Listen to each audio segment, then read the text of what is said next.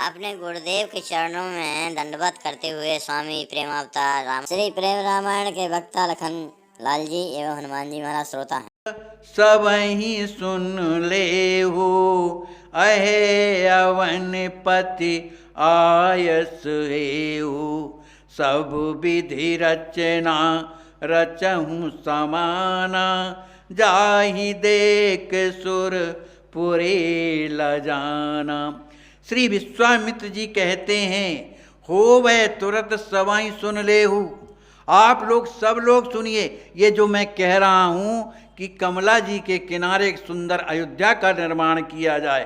अहे अवनपति मने हे राजा जनक जी, अवनपति वही तो हैं, आयस ये मेरी आज्ञा है, आप ये करिए। सब विध रचना रचहु समाना, जिस तरह से रचना अयोध्यापुरी की है ठीक वही रचना यहाँ भी अयोध्या ही बनाई जा रही, इसलिए उसी तरह की रचना मन यहाँ भी हो। जाहि देख सुरपुरी लजाना, जिसे देख करके देवता लोग मन इंद्र भी ललायत होने लगे कि ऐसी सुंदर रचना तो हमारी इंद्रपुरी में भी नहीं। नारी सहित तह दशरथ आई, सब समाज जस अवध सुहाई। बास करें सुख सह सुख साजा, भाइन भृत्यं सहित समाजा। तो महाराज श्री दशरथ जी महाराज अपनी समस्त रानियों के सहित सब समाज को लेकर के जैसे अयोध्या में रह रहे हैं, उसी तरह से अपनी समाज लेकर के ये जो नवीन अयोध्या बनाई जाएगी इसमें निवास करें। वास करें सुख सह सुख साजा, वो जो समाज आवे, दशरथ जी महाराज सभी महारानियाँ बड़े सुख साज के साथ यहाँ पर रहें, सब व्यवस्था की जाए।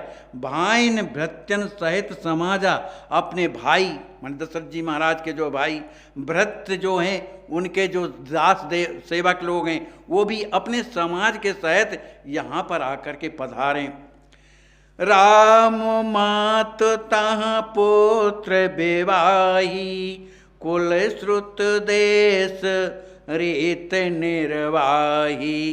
पुत्र राम सुख पई हैं सोई, सुत परिणय जस आनंद होई। यहाँ पर जब महाराज दशरथ के सहित जब सभी महारानियाँ यहाँ आ जाएंगी तो राम मातु जो कौशल्या जी हैं, अपने पुत्र का जैसा विवाह किया जाता है, कुल श्रुति देश रीत, कुल में जैसी रीत होती है या श्रुतियों में जो इस तरह की आज्ञा बताई गई है, वो तो रीत निर्वाही उसका निर्वाह करेंगी। पुत्र राम सुख पाए सोई, वो अपने राम जी को, अपने जो उनके पुत्र हैं उनको प्राप्त करके, क्योंकि वहाँ तो है नहीं, जब इस अयोध्या में आ जाएंगी तो कौशल्या जी के उनके पुत्र जो राम जब मिल जाएंगे तो पाइए सोई, उनको प्राप्त करके सुत परणे जैसा आनंद होई। जैसे पुत्र का विवाह करने से माताओं को आनंद होता है, उसी तरह कौशल्या जी भी राम जी को प्राप्त करके उस आनंद में मग्न हो जाएंगी, सभी क्रियाएं करेंगी। नाहिन राम विवाहे घर जइए, सो सुख केवल देखन पई हैं। प्रथम लगन ते माथ उछा, जस जस प्रतिदिन बड़े उमा। यदि ऐसा नहीं करोगे तो नाहिन राम ब्याह घर जाएंगे, यहाँ से तो विवाह हो करके और राम जी जब घर जाएंगे सो सुख केवल देखन पाएंगे, अपनी बहू और पुत्र को मात्र देख पाएंगे, यही सुख मिलेगा और बाकी तो नहीं मिलेगा। इसलिए प्रथम लगन ते मात उछाहा, इसलिए जब यहाँ पर महारानी कौशल्या जी आ जाएंगी तो पहले से मांगर माटी के गीत और भी जो होते हैं, इस तरह से दिन प्रतिदिन जो भी होता है विवाह में, उस तरह का जो है कार्यक्रम होएगा और बड़े आनंद से करेंगी। जस जस प्रतिदिन बढ़े उमा, उनके हृदय में रोजाना जो है आज ये है आज वो, इस तरह का जो आनंद ब्याह के संबंध में जो भी होता है उनके हृदय में आनंद बढ़ेगा। क्या क्या होता है स्वामी जी ने खोल दिया। टीका न छू परिजन प्रीते, जननी भवन जस करे सुरीति। दूल्ह वेश बनाए विभाता, यथा लखइए हर्षित माता। बरसह करत पयान बराती, देख मात सुख सिंधु समाती। श्री विश्वामित्र जी महाराज कहते हैं जब यहाँ पर कौशल्या जी के साथ संपूर्ण समाज आ जाएगा, है ना, तब श्री कौशल्या जी अपने राम जी का टीका भी करेंगी, उनका नाचू करेंगी, उनका परिछन करेंगी, बड़े प्रेम से करेंगी। जननी भवन जस करें सुरीति, जैसा भवन में, राजभवन में की जो रीति होती है उसी के अनुसार कौशल्या जी करेंगी। सबसे बड़ी बात प्रसन्नता किस माता को कब होती है, स्वामी जी लिखते हैं कि दूल्हा वेश बनाए। जिस समय माताएं अपने पुत्र को दूल्हा वेश में सजा हुआ जब देखती हैं, उस तरह की माने सुंदरता को देख करके जब कौशल्या जी जब देखेंगी कि हमारे राम जी अब दूल्हा बन गए, जाने वाले हैं, तो यथा लखई ही है हर्षित माता। उस दशा को देखकर माने उस सुंदरता का दूल्हा वेश को देख करके कौशल्या जी हृदय में अत्यंत हर्षित होंगी, प्रसन्न होंगी। बरसह करत पयान बराती, देख मात सुख सिंधु समाती। वहाँ पर बाराती लोग आएंगे और बारात के साथ में जब दूल्हा को विदा किया जाएगा उस समय माता को बड़ी प्रसन्नता होती है। तो यह जो है कौशल्या जी को सुख प्राप्त होगा, इसलिए आप यहाँ अयोध्यापुरी का निर्माण करें। और नहीं तो ये आनंद छूट जाहि सब, रानी कौशल्या केर ताते अवध बसाए इत, उन्हीं दे सुख ढेर। यदि आप ऐसा नहीं करोगे तो ये सब कौशल्या रानी का जो सुख है अपने पुत्र के प्रति सब आनंद छूट जाएगा। इसलिए ताते अवध बसाए, इसलिए कमला के किनारे पर शीघ्र अतिशीघ्र अयोध्या नगरी का निर्माण करें, जिससे उन्हें देई सुख ढेर, जिससे उन्हें अत्यधिक प्रसन्नता हो। बने अलौकिक मंडप ब्याह, देख छकहीं विधि सहे सुरनाह। रचहूँ नगर दिवी चारहूँ ओरी, बीत हाट चौराहे उजोरी। अब यहाँ के लिए दोनों पक्ष की चिंता है महाराज को। अब विश्वामित्र जी महाराज कहते हैं कि बने अलौकिक के मंडप ब्याह। भाई विवाह वाला मंडप तो जो है कन्या पक्ष वालों के यहाँ तो बनता है, पुत्र के यहाँ क्या बनता है विवाह का मंडप।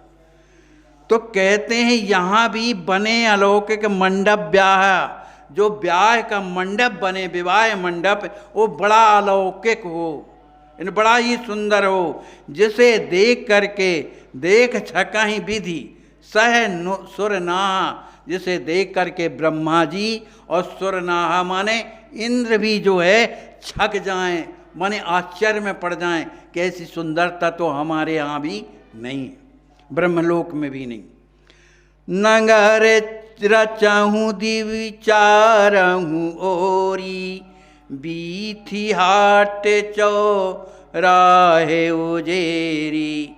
और नगर मिथिलापुरी को इस तरह चारों ओर सजाया जाए कि वहाँ की गलियाँ, वहाँ के बाजार और चौराहे उजेरी एकदम प्रकाशमान हो, माने मणियों से सजाया जाए, जो मणियाँ अपने आप चमकती हैं, वहाँ दिया घृत बाती की जरूरत नहीं, ऐसा सुंदर बाजार सजाया जाए। गुण ने करन आवत निपुणाई, देखी सुनी पुराणन गाई। सो सब निमपुर होय प्रकाशी, जाहि देख मन आनंद वासी। श्री विश्वामित्र जी महाराज जी कहते हैं कि जो पुराणों में भी जो मुनियों के द्वारा, महात्माओं के द्वारा जो बताई जाती कि इस तरह की शोभा होनी चाहिए, तो ऐसे गुणियों को बनाया जाए। निपुणाई, जो चित्रकला में निपुण हो, देखी जो माने जो देखने में बड़ी सुंदर है, कोई बतावे भी कि भैया ऐसा है तो वो भी बड़ी सुंदर लगे। जो पुराणन गायु, पुराणों में भी इसका वर्णन आता है कि वहाँ ऐसी सजावट थी, तो इस तरह से कम नहीं होनी चाहिए। जनकपुरी भी बड़ी सुंदर सजना चाहिए। सो सब निमपुर होए प्रकाशी। निमपुर माने मिथिलापुरी। मिथिलापुरी में एकदम प्रकाश छाया रहे, जो है मणियों का प्रकाश छाया रहे। जाहि देख मन आनंद बासी। जो भी यहाँ आवे, बासी माने यहाँ निवास करे, उसे देख करके उसे आनंद होने लगे। और जब आएगा तब ना देखेगा, तब ना आनंद होगा। तो सोने रजाए मुनि वर सहराजा, भई विसर्जित सकल समाजा। कमला तट दिवि नगर बनावा, बहु विचित्र रच ना सरसावा। मुनि वशिष्ठ जी महाराज की इस आज्ञा को पाकर जितने वहाँ पर विराजमान थे सभासद, उन्होंने उस बात को मंजूर किया कि आप जो कह रहे हैं सही कह रहे हैं। और महाराज जनक जी ने भी यही किया कि आपकी आज्ञा सिरोधार है, ये मैं निश्चित रूप से करेंगे। ऐसा कह करके भाई विसर्जित सकल समाजा, वहाँ की जो सभा थी वो विसर्जित हो गई। कमला तट दिव्य नगर बनावा। कमला जी के तट पर सुंदर अयोध्या का निर्माण किया गया। बहु विचित्र रचना सरसावा।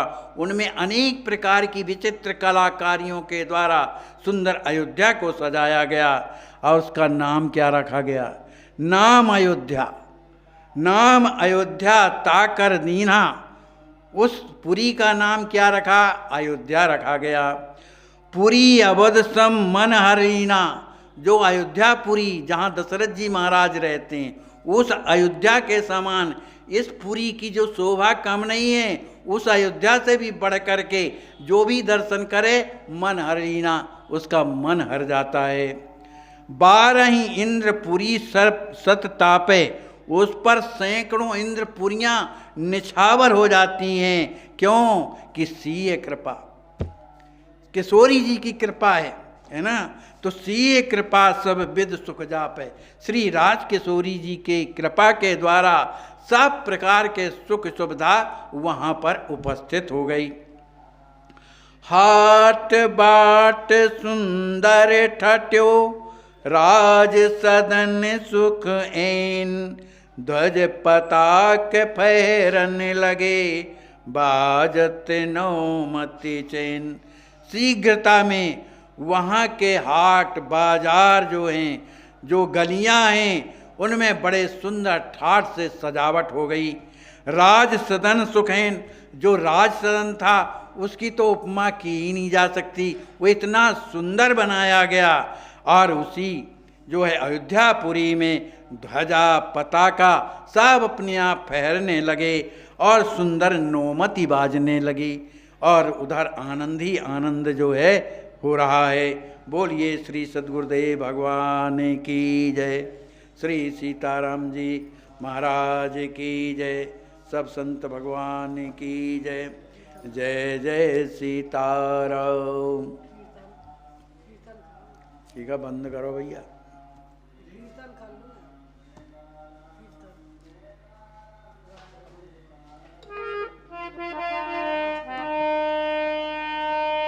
हाय रे दुल्हा, हाय रे दुल्हा। स्वामी द्वारा स्थापित कराई गई आश्वासन सेवा एवं सन 1986 में विकलांग संत की सेवा करते हुए रामकुमार दास के अरुणा रे दो तरवा।